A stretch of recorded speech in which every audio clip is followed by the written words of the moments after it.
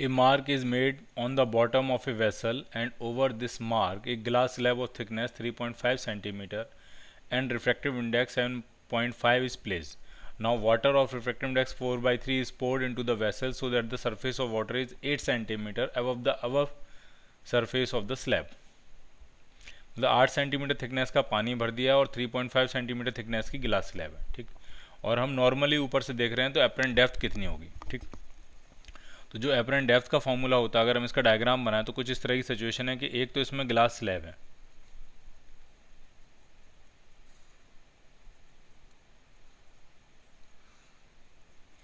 और ऊपर भरा है पानी।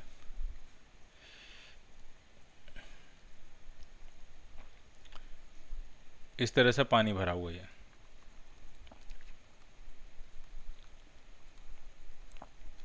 और यहाँ से कोई देख रहा है और ये कोई मार्क है। तो एपरेंट डेप्थ कितनी होगी ऊपर से देखने में? पानी की जो थिकनेस है वो आपको दी 8 सेंटीमीटर और स्लैब की जो थिकनेस है वो दी आपको 3.5 सेंटीमीटर। स्लैब का जो रिफ्रैक्टिव इंडेक्स दिया हुआ है वो आपको दिया है 7/4 और पानी का रिफ्रैक्टिव इंडेक्स दिया है 4/3।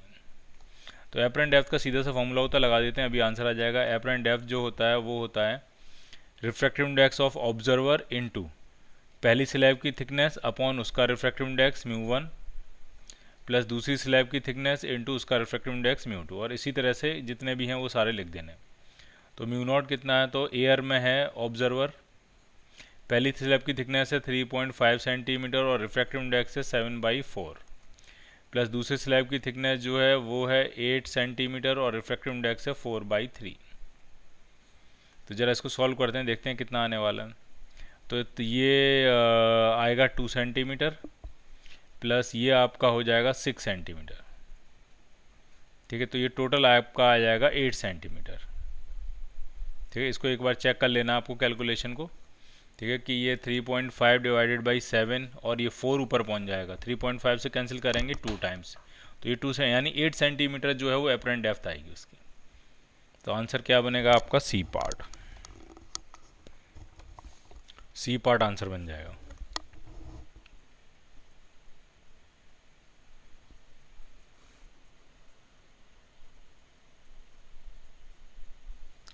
नेक्स्ट क्वेश्चन करते हैं।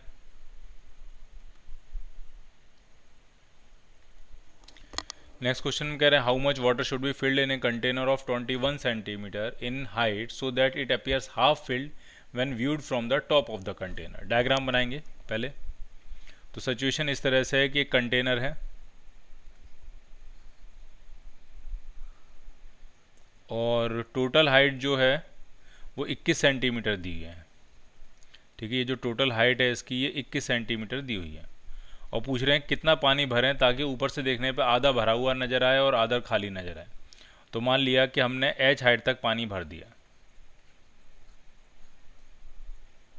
एच हाइट तक, तो खाली कितना रहा दिख रहा होगा ऊपर? तो वो होगा 21 माइनस एच। अब सिचुएशन ये कि ऊपर से देखने पे जितना भरा हुआ नज़र आ रहा है उतना ही खाली नज़र आ रहा है, ये है सिचुएशन। तो खाली कितना नज़र आ रहा है? तो वो है 21 माइनस एच, और भरा हुआ कितना नज़र आएगा? तो वो आ जाएगा 1 into H upon mu. Mu कितना दिया है? 4/3। ये भरा हुआ हिस्सा है जो नज़र आएगा आपको। तो ये कह रहे हैं जितना खाली है उतना ही भरा हुआ नज़र आएगा। तो ये सॉल्व कर लेते हैं, इसको अभी आंसर मिल जाएगा। तो इस एच को इधर ले जाते हैं तो 21 आपका आ जाएगा H plus 4h/3, sorry 3h/4। तो ये आपका बनेगा 7h/4 और 7 से कैंसिल करेंगे कितने टाइम्स? 3 टाइम्स। तो जो हाइट आ रही है पानी की वो आ रही है 12 सेंटीमीटर। 12 सेंटीमीटर जो है वो अगर आप पानी भरोगे तो जो खाली हिस्सा बचेगा वो बचेगा आपका 9 सेंटीमीटर, ठीक है। और 12 सेंटीमीटर को जो ऊपर से देखोगे तो वो 9 सेंटीमीटर ही नज़र आएगा। तो जितना खाली हिस्सा नज़र आएगा उतना ही आपको भरा हुआ हिस्सा नज़र आएगा। So your answer will be 12 centimeter. C part.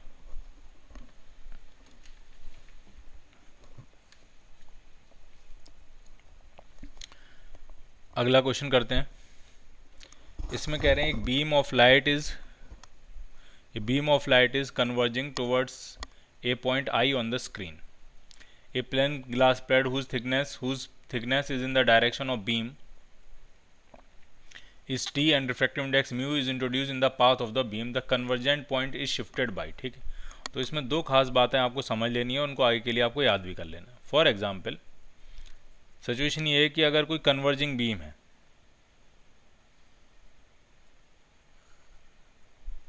ये कन्वर्जिंग बीम है, और इस कन्वर्जिंग के बीम के बीच में अगर हमें ग्लास स्लैब इंट्रोड्यूस कर दें इस तरह से, तो इस कन्वर्जिंग बीम पे क्या फ़र्क पड़ेगा, ये पहले सोचने वाली बात है.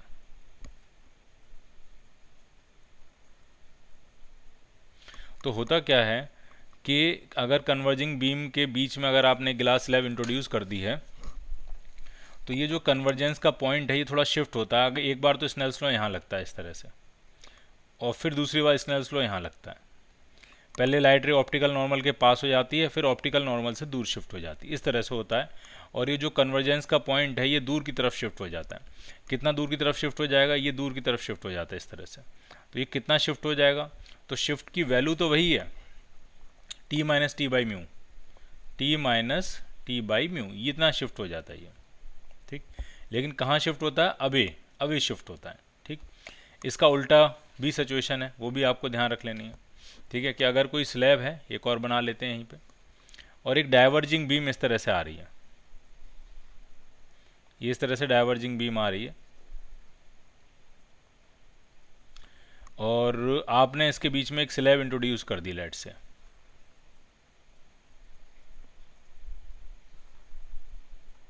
तो इससे क्या फ़र्क पड़ेगा, तो इससे क्या फ़र्क पड़ता है कि यहाँ पे जो लाइट है वो ऑप्टिकल नॉर्मल की तरफ शिफ्ट होती है, फिर यहाँ से ऑप्टिकल नॉर्मल के से दूर शिफ्ट हो जाती है. इस तरह से हो जाता है ये. तो जब इस बीम इसी तरह से यहाँ पे ऑप्टिकल नॉर्मल की तरफ शिफ्ट होती है, फिर ऑप्टिकल नॉर्मल से दूर शिफ्ट हो जाती है. तो जब इस बीम को अगर हम पास लेके आए, इसको वापस रिट्रेस करेंगे इन दोनों बीम को, तो ऐसा लगेगा कि ये यहाँ से आ रही है. तो इसका मतलब ये है कि इसमें जो पॉइंट है ये पास शिफ्ट हो गया, और कितना शिफ्ट की वैल्यू वही रहती है, T minus T by mu, ये शिफ्ट होता है. लेकिन एक केस में पास शिफ्ट हो रहा है स्लैब के, और एक केस में स्लैब के दूर शिफ्ट हो रहा है. तो कैसे याद कैसे रखना है फिर आपको, जब कन्वर्जिंग बीम होती है तो स्लैब से दूर शिफ्ट हो जाता है, लेकिन जब डाइवर्जिंग बीम होती है तो स्लैब के पास शिफ्ट हो जाता है. और कितना शिफ्ट होता है, T minus T by mu. ये दो डायग्राम है, आप डायग्राम बना लो, और इनको ऐसी जगह बनाना है ताकि आप इनको याद रख सको. ठीक है, बार बार इन पर नज़र पड़े. ठीक, तो ये दो बहुत खास चीज़ें हैं. तो कब पास शिफ्ट होगा, कब दूर शिफ्ट होगा, ये दो बातें आपको ध्यान रखनी है. अगर बीम कन्वर्जिंग है तो दूर शिफ्ट हो जाता है, अगर बीम डाइवर्जिंग है तो ये पास शिफ्ट हो जाता है. ठीक है, और कितना वैल्यू तो वही है, T minus T by mu.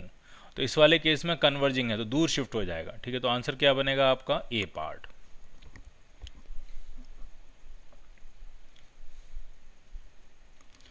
Next question में यहाँ पे पॉइंट पी लिखा नहीं है, पर यहाँ पे ये है पॉइंट पी आपका, और इसकी एपरेंट डेप्थ पूछ रहे हैं. ठीक है, या शिफ्ट पूछ रहे हैं, आप समझ सकते हो शिफ्ट कितना होगा. तो जो एक्चुअल डेप्थ है, एक्चुअल, वो है आपकी 1.5, 1.5, 1.5 और फिर 2.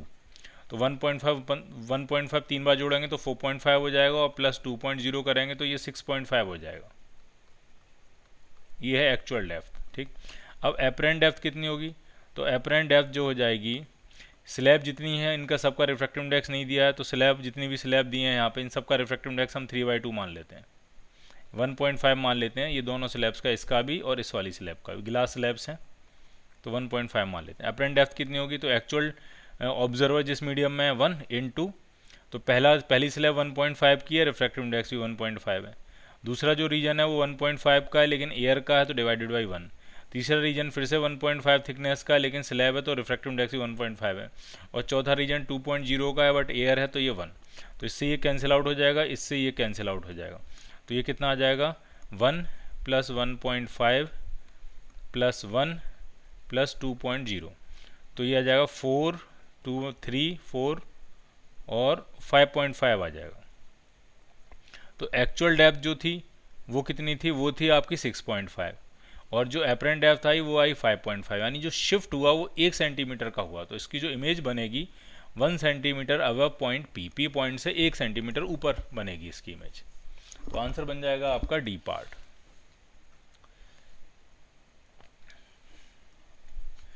नेक्स्ट क्वेश्चन में कह रहे हैं ऑप्टिकल पाथ लेंथ पूछ रहे हैं, दो मीडियम एक साथ कांटेक्ट में, डिस्टेंस इनकी d1 d2 है और रिफ्रैक्टिव इंडेक्सेस μ1 μ2 है।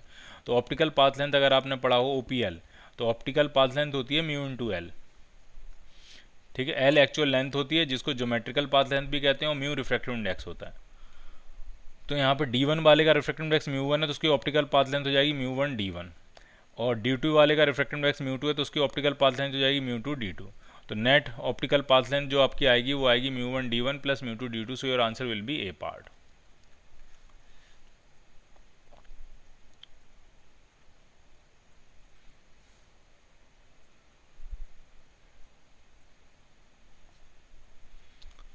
When light travels from air to water and from water to glass, again from glass to CO2 gas and finally through air,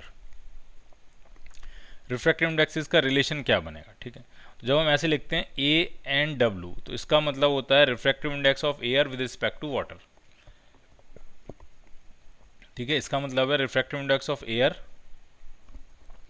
with respect to water, या आप इसको उल्टा भी समझ सकते हो। कोई इसको कह सकता है refractive index of water with respect to air, ऐसा भी कर सकते हैं। तो चलो हम ऐसा मान लेते हैं, ये है मान लिया refractive index of water with respect to air. ठीक, ये है नोटेशन। जरा पहला वाला देखते हैं। तो पहले वाले को अगर हम देखेंगे तो ये बनेगा refractive index of water upon refractive index of air, into दूसरा वाला बनेगा refractive index of glass upon refractive index of water, तीसरा वाला बनेगा refractive index of gas upon refractive index of glass, और चौथा वाला बनेगा इनटू चल रहा है ये सब कुछ, इनटू चलेगा refractive index of air upon refractive index of gas, ये बनेगा। तो इसको अगर हम ध्यान से देखेंगे तो इससे ये कैंसिल आउट हो जाएगा, इससे ये कैंसिल आउट हो जाएगा, इससे ये कैंसिल आउट हो जाएगा और एयर से एयर कैंसिल आउट हो जाएगा। इसका मतलब इनका आंसर 1 बनेगा। तो आंसर क्या बन जाएगा आपका? आंसर बन जाएगा आपका ए पार्ट।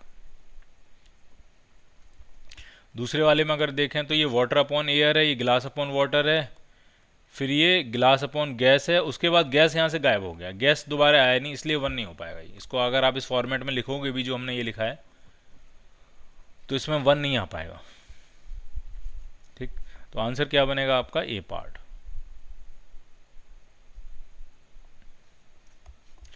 नेक्स्ट क्वेश्चन में कह रहे हैं a mark at the bottom of a liquid appears to rise by 0.1 metre, the depth of the liquid is 1 metre, और एपरेंट जो शिफ्ट हुआ है वो 0.1 मीटर हुआ, तो रिफ्रैक्टिव इंडेक्स कितना होगा? तो एक्चुअल डेप्थ h होती है, तो एपरेंट डेप्थ होती है h बाई म्यू, तो ये उनको माइनस करेंगे, ये होता है शिफ्ट। तो शिफ्ट जो है वो है 0.1 मीटर, एक्चुअल डेप्थ 1 मीटर है, 1 माइनस 1 बाई म्यू, म्यू कितना है? म्यू आपको निकालना है। सॉल्व कर लेते हैं, तो 1 बाई म्यू जो आ जाएगा आपका वो 1 माइनस 0.1 यानी 0.9 आ जाएगा। तो यहाँ से जो म्यू आ जाएगा वो आ जाएगा 1 बाई 0.9, तो पॉइंट हटाएंगे तो यहाँ 0 हो जाएगा, 10 बाई 9 आ जाएगा। ये रिफ्रैक्टिव इंडेक्स आ गया 10 बाई 9। तो आपका आंसर क्या बन जाएगा? 10 बाई 9 मतलब सी पार्ट। 9 बाई 10 तो हो नहीं सकता, 1 से छोटा कैसे हो जाएगा? तो 10 बाई 9 ही बनेगा। नेक्स्ट क्वेश्चन करते हैं। इसमें कह रहे हैं if I donate the unit vector along the incident ray, और आर जो है वो अलॉन्ग द रिफ्रैक्टेड रे है, और रिफ्रैक्टिव इंडेक्स जो है वो मीडियम का म्यू है, और एन जो यूनिट वेक्टर है वो नॉर्मल है, to the boundary of medium directed towards incident medium. तो पहले डायग्राम बनाएंगे तब समझ में आएगा कि क्या कहानी है। तो ये आपका ऑप्टिकल नॉर्मल हो गया, ये इंसिडेंट रे है, ये रिफ्रैक्टेड रे है, क्या क्या चीज़ें दी हैं देखते हैं ज़रा। और इंसिडेंट रे के अलॉन्ग जो यूनिट वेक्टर है इसका नाम है आई, ऑप्टिकल नॉर्मल के अलॉन्ग यूनिट वेक्टर उसका नाम है एन, और यहाँ है 1, यहाँ है रिफ्रैक्टिव इंडेक्स दिया है म्यू, और आर जो है वो रिफ्रैक्टेड रे के अलॉन्ग यूनिट वेक्टर है आर, और हमें इनका रिलेशन फाइंड करना है कि इसमें से कौन सा रिलेशन मीट करेगा। तो पहले स्नेल्स लॉ लिखते हैं। तो स्नेल्स लॉ हो जाएगा 1 साइन थीटा इसको थीटा 1 कह देता हूँ मैं, और ये हो जाएगा theta 2। 1 sine theta 1 is equal to mu sine theta 2। ठीक। अब साइन थीटा किस में आता है, तो साइन थीटा तो जो आएगा वो आपका क्रॉस प्रोडक्ट में आता है। तो थीटा 1 जो क्रॉस प्रोडक्ट आएगा वो किस किस का आएगा, तो आई और एन वन, आई और एन का नहीं आएगा, वो आएगा माइनस आई क्रॉस एन का। ठीक है, माइनस आई क्रॉस एन लिखना पड़ेगा। तो थीटा 1 की जगह मैं लिख रहा हूँ माइनस वेक्टर आई क्रॉस एन कैप, ये बनेगा साइन थीटा 1। क्यों बनेगा ये साइन थीटा 1? ये साइन थीटा 1 इसलिए बन जाएगा क्योंकि ए क्रॉस बी की वैल्यू होती है ए बी साइन थीटा। अब ये आई और एन तो यूनिट वेक्टर हैं, तो इनके अपने मैग्नीट्यूड तो 1 हो जाएंगे, तो बस साइन थीटा ही साइन थीटा बचेगा। और इसकी डायरेक्शन सोच सकते हैं कि माइनस आई मतलब हो गया इस डायरेक्शन में और एन इधर हो गया, तो I cross minus I cross N करेंगे तो ये क्लॉकवाइज बनेगा। सेंस भी ध्यान रखना है कि इसका सेंस जो आएगा वो कैसा आ रहा है, क्लॉकवाइज आ रहा है, ताकि इधर भी आपका सेंस क्लॉकवाइज आ जाए म्यू। अब साइन थीटा 2 किस किस के बीच में एंगल, अगर आप ध्यान से देखोगे थीटा 2 आर और माइनस एन के बीच में। अब आर क्रॉस माइनस एन लिखें कि एन क्रॉस माइनस आर लिखें, तो आर क्रॉस माइनस एन लिखना पड़ेगा, क्योंकि यहाँ भी सेंस अगर क्लॉकवाइज है तो यहाँ पे भी क्लॉकवाइज होना चाहिए, तभी बराबर हो पाएंगे। तो हम इसको लिखेंगे R vector R cross minus N cap, तो ये सेंस भी क्या बनेगा आपका, क्लॉकवाइज बनेगा। अब आप इतना कर सकते हो कि माइनस से माइनस कैंसिल कर सकते हो। तो जो आपका आंसर बनने वाला है वो आपका बनेगा I cross N is equal to mu times R cross N. इसमें क्या है, वैल्यू भी सेम आ गई है और आपका जो सेंस है क्रॉस प्रोडक्ट का वो भी सेम आ गया। तो I cross N is equal to mu times R cross N, I cross N is equal to mu times R cross N. So your answer will be C part.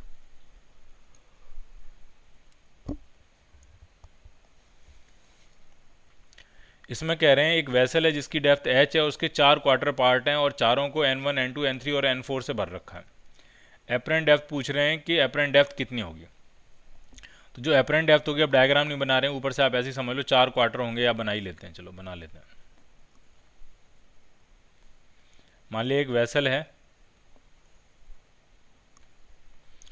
और 4 quarter हैं इसके, तो ये आधा हिस्सा हो गया और ये 1/4 हिस्सा हो गया।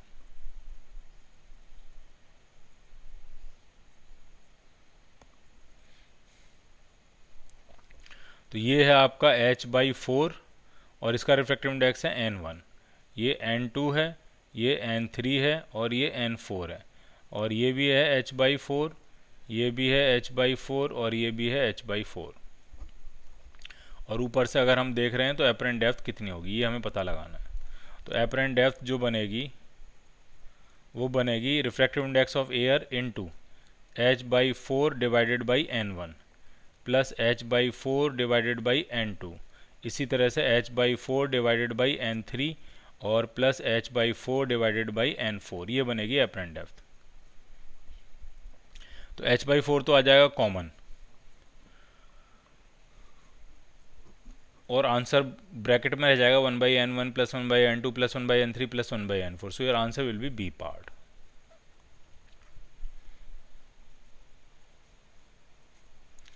Refractive index of air is 1.0003. The correct thickness of air column which will have one more wavelength of yellow light than in the same thickness in the vacuum.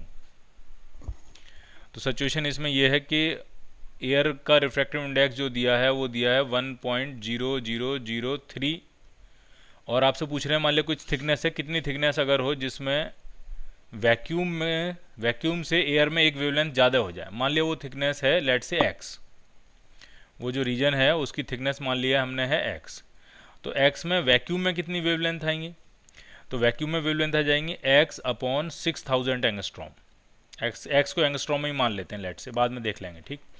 और मीडियम में कितनी वेवलेंथ आ जाएंगी, तो आ जाएंगी x/6000 डिवाइडेड बाई 1.0003। तो ये हो जाएंगी number of wavelength in medium in air और ये हो जाएंगी number of wavelength in vacuum. और ये कह रहे हैं कि जितनी वैक्यूम में वेवलेंथ है उससे ज़्यादा एक वेवलेंथ किस में मिल जाए, आपको एयर में मिल जाए। तो ये आपकी कैलकुलेशन है जिसको सेटल करना है। तो इस 1.003 को ऊपर ले जाते हैं, तो x/6000 या 1 को यहाँ छोड़ते हैं, इसको भी उधर ले जाते हैं, तो यह आ जाएगा 1.0003 x/6000 माइनस x/6000। तो ये आपका आ जाएगा, जब इसको माइनस करेंगे तो ये आपका आ जाएगा 1 इज इक्वल टू 0.0003x/6000। तो यहाँ से जो x आपका आने वाला है वो आपका आ जाएगा 6000 अपॉन 0.0003। तो पॉइंट हटाएंगे तो एक 4 जीरो और बढ़ जाएंगे, 1 2 3 4, और 3 से कैंसिल करेंगे तो ये 2000 टाइम्स हो जाएगा। तो 2000 यानी 2 × 10⁻7 एंगस्ट्रॉम आ रही है। तो अगर इसको मीटर में कन्वर्ट करेंगे तो या मिलीमीटर में कन्वर्ट करेंगे तो 10⁻10 से मल्टीप्लाई करेंगे तो ये आ जाएगा 2 × 10⁻3 मीटर, या फिर लिख सकते हैं 2 मिलीमीटर। तो 2 मिलीमीटर वो थिकनेस होगी, जिसमें वैक्यूम में अगर हम देखें नंबर ऑफ वेवलेंथ जो भी आएंगे उससे एक ज़्यादा वेवलेंथ उतनी रेंज में एयर में आ जाएंगे। तो आपको आंसर जो मैच करेगा वो मैच करेगा आपका ए पार्ट।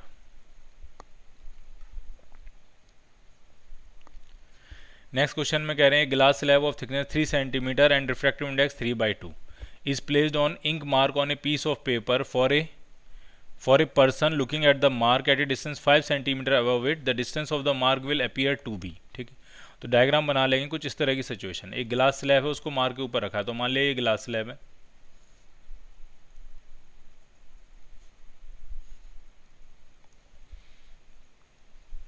ठीक है, ये ग्लास स्लैब है और ये मार्क है आपका। ग्लास स्लैब की थिकनेस है 3 सेंटीमीटर और रिफ्रैक्टिव इंडेक्स है 3/2, और एक पर्सन जो है वो यहाँ से देख रहा है ऊपर से। पर्सन की जो डिस्टेंस है ऊपर 5 centimetre, looking at the mark at a distance 5 centimetre above it, मतलब टोटल 5 सेंटीमीटर होगी फिर।